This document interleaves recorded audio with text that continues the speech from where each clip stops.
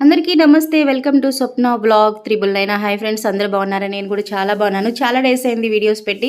ఈరోజైతే మన special mango పులిహోర. అది ఎలా చేయాలంటే, ఒక గుప్పుడు ఏడుశనగ గుళ్ళు తీసుకొని మంచిగా ఏపుకొని పక్కన పెట్టుకోవాలి.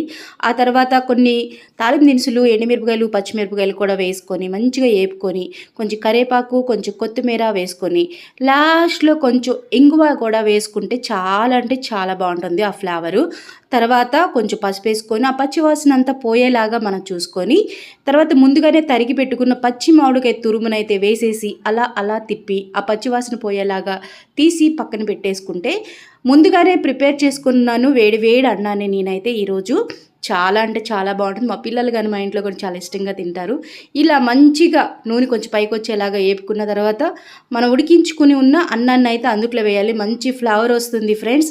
చాలా రోజులైంది. ఈ నెలంతా కూడా నేను మ్యాక్సిమం ఈ 3 నెలలు కూడా చక్కగా మ్యాంగో పులిహోర అయితే చేస్తాను ఇంట్లో. మీరు కూడా ట్రై చేసి కామెంట్ పెట్టండి. ప్లీజ్ లైక్, షేర్, సబ్స్క్రైబ్ చేసుకుని వీడియో నచ్చితే మళ్ళీ ఇక కంటిన్యూగా అయితే ఇంకా నేను వీడియోలోకి వస్తాను. Please subscribe.